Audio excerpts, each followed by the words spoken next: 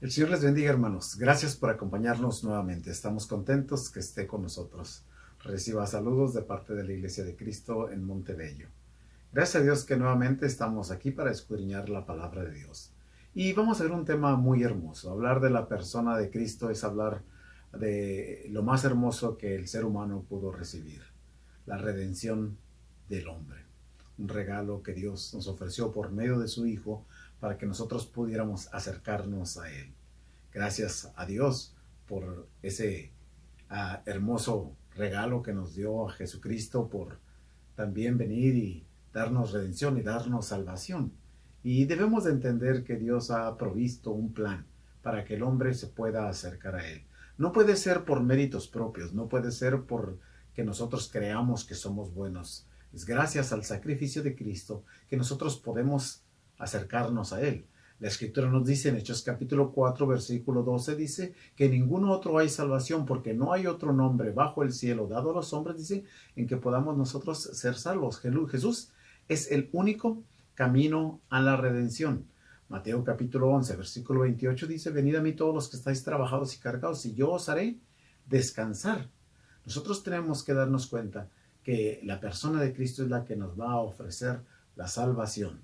Dice Juan capítulo 5, versículo 39, escudriñad las escrituras porque a vosotros os parece que en ellas tenéis vida eterna.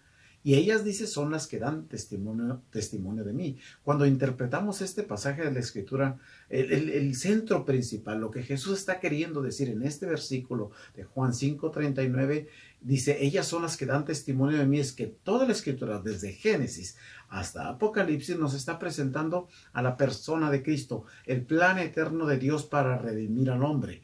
Y es la forma en que Jesucristo le está diciendo, esto que hablaban antes, eso se está hablando hoy acerca de Él, desde los padres, desde los profetas, hasta la venida de Cristo. Era algo que ya estaba profetizado para que el hombre pudiera tener la oportunidad de acercarse a Dios. Aquel que niega, dice la Escritura en Juan capítulo 1 de Juan 2:23, de aquel que niega al Hijo, tampoco dice tiene al Padre. El que confiesa al Hijo tiene también al Padre. Entonces, si nosotros rechazamos a Cristo, entonces estamos rechazando a Dios de manera directa. Nosotros por mérito propio no nos podemos acercar a Él. Dice Romanos capítulo 3, versículo 23, por cuanto todos pecaron, dice, están destituidos de la gloria de Dios. Y si usted de esos que dice, yo no he pecado, yo no he fallado, primera de Juan 1:8 nos aclara, si decimos que no tenemos pecados, nos engañamos a nosotros mismos y la verdad, dice, no está en nosotros. Entonces, por méritos propios nosotros no podríamos acercarnos a Dios. Por méritos propios no podríamos tener una relación directa por Dios. Por méritos propios no podríamos nosotros tener esa intimidad que gozamos con Dios. Romanos capítulo 5, versículo 8 dice, mas Dios muestra su amor para con nosotros, que aún siendo pecadores, Cristo murió por nosotros.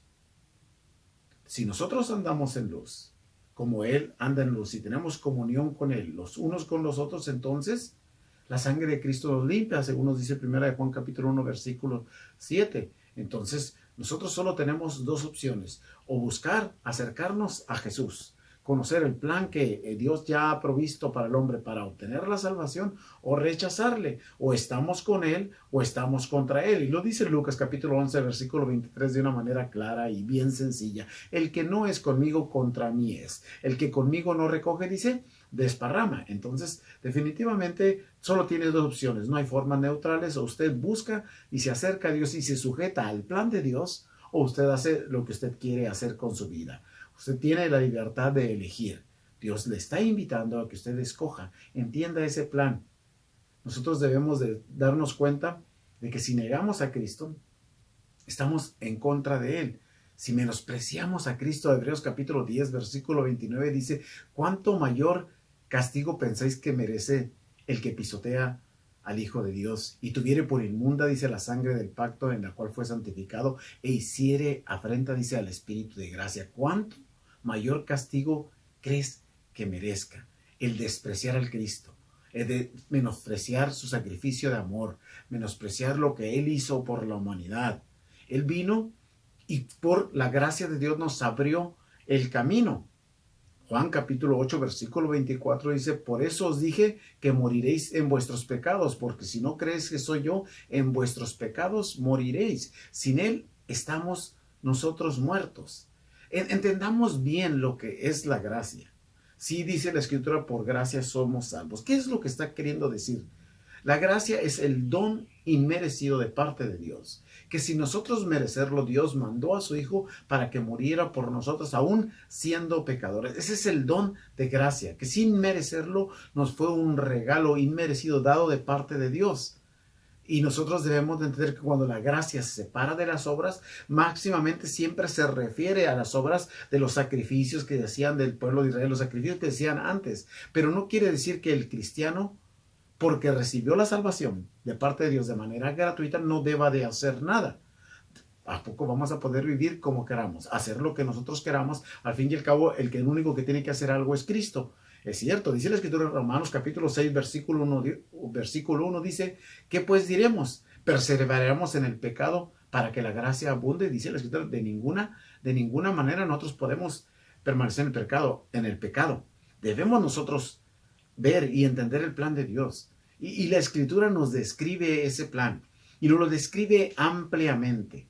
El diseño del plan de Dios es que nosotros escuchemos el mensaje de Él, que lo creamos, que nos arrepentamos de nuestra vida, que confesemos a Jesucristo como el Hijo de Dios, que nos bauticemos para el perdón de nuestros pecados y que seamos fiel hasta la muerte. Ese es el plan de Dios para nosotros obtener la salvación. Él ofreció el regalo y el regalo es gratuito. Ahora, nosotros tenemos que tomarlo. Tenemos que hacer nosotros nuestra parte. Tenemos que entender unos principios bíblicos de interpretación sencillos y prácticos. Sencillos y prácticos para cuando usted analice un tópico, cuando usted analice un problema, cuando usted se pregunte algo de la Escritura, usted tiene que observar estos principios como mínimo para entender que lo que está leyendo e interpretando es lo correcto. Primero, la Biblia se interpreta solamente con la Biblia. La Biblia, a la luz de unos pasajes, se interpretan otros pasajes. Aquellos que son difíciles de entender se interpretan con los pasajes claros. Un texto se interpreta dentro de su contexto. ¿Qué dice antes? ¿Qué dice después? ¿A quién le fue escrito? Entender el contexto del texto nos va a ayudar a entender de qué está hablando, qué es lo que está diciendo. Sacar un texto del contexto, como se dice por ahí, eso ya es un pretexto. Y no se puede hacer doctrina de un solo texto. No se puede hacer doctrina de un solo pasaje y decir, porque la Biblia dice esto, esto se debe de hacer. Se debe hacer con el conjunto de las Escrituras, entendiendo que la suma de su palabra es verdad. No puede haber contradicciones. Se tiene que hacer todo de acuerdo al margen de la Biblia, porque para eso es la Biblia el canón. El canón es la regla de medir, el poder decir qué hacer y qué no hacer. Por eso como cristianos obedecemos lo que dice la Escritura, primera de Pedro, capítulo 4, versículo 11. Si alguno habla, hable conforme a la palabra de Dios. Si alguno ministra, ministre conforme al poder que Dios da. Entonces Dios estableció este plan.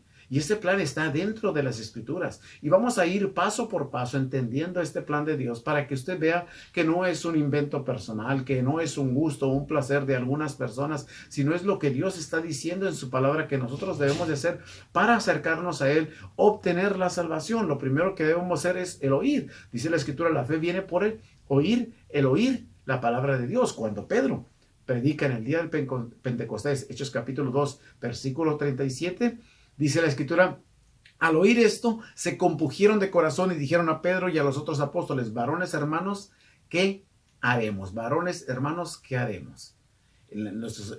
Pedro les responde, arrepentidos, dice, y bautícese. ¿Para qué? ¿Por qué habría que bautizarse?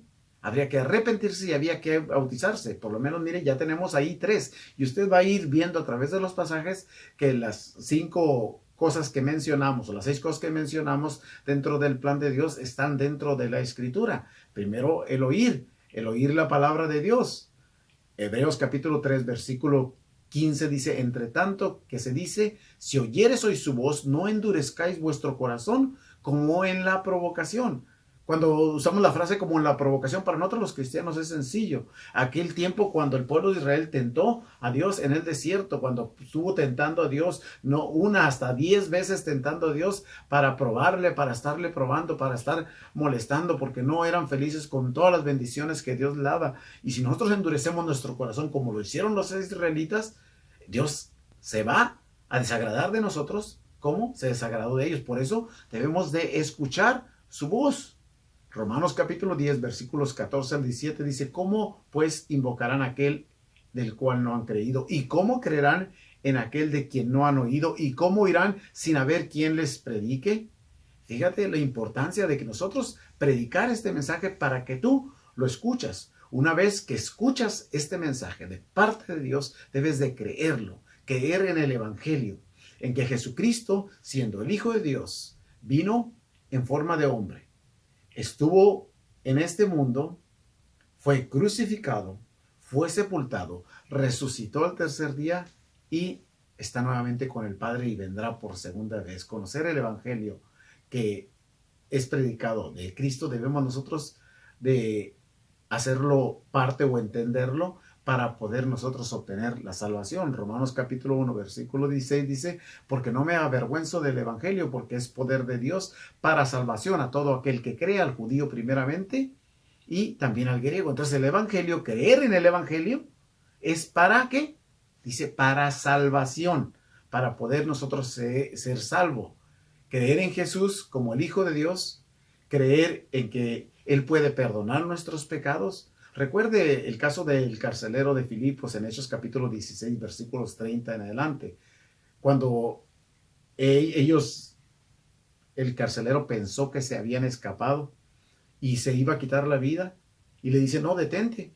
Y dice el versículo 30, y sacándole les dijo, señores, ¿qué debo hacer? Dice, para ser salvo. Fíjese cuál es la respuesta. No le dijo, levante la mano y diga esta oración. Les dijo, ellos le dijeron, cree en el Señor Jesús y serás salvo tú y tu casa.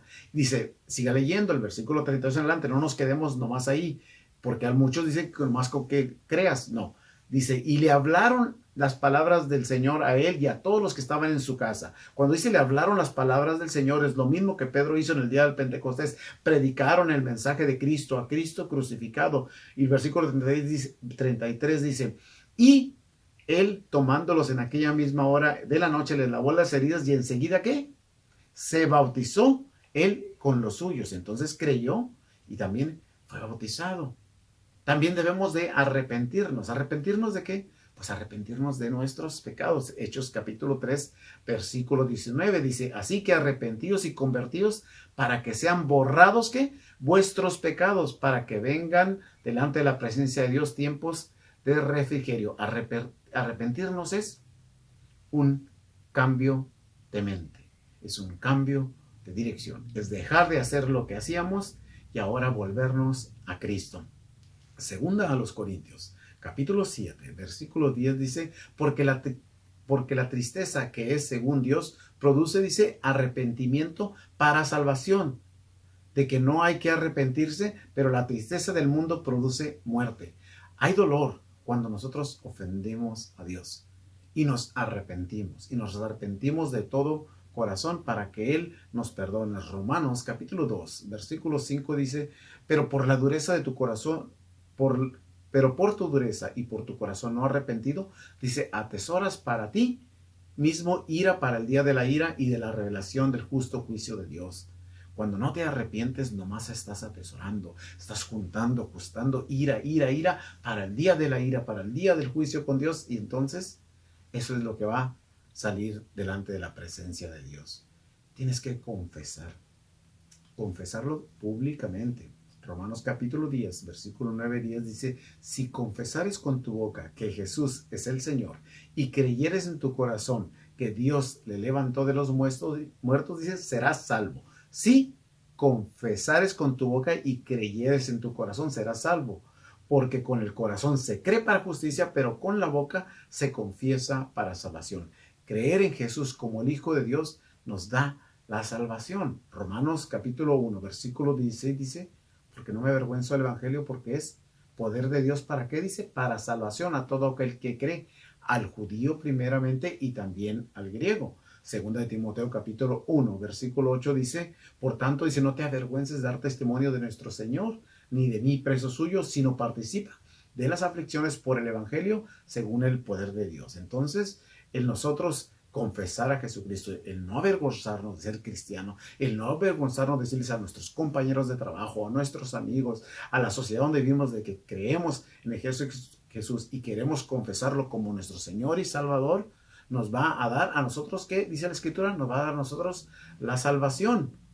Si nosotros habemos oído, creído, arrepentido y confesado, nos resta bautizarnos. Para muchos el bautismo es una cosa secundaria, una cosa irrelevante. Simplemente es cumplir con algo para cerrar un ciclo. Pero en realidad, de acuerdo a lo que la Escritura enseña, de acuerdo a lo que la palabra de Dios dice, el bautismo es parte esencial en la salvación. Primera de Pedro capítulo 3, versículo 21 dice, el bautismo que corresponde a esto, ahora, dice, nos salva.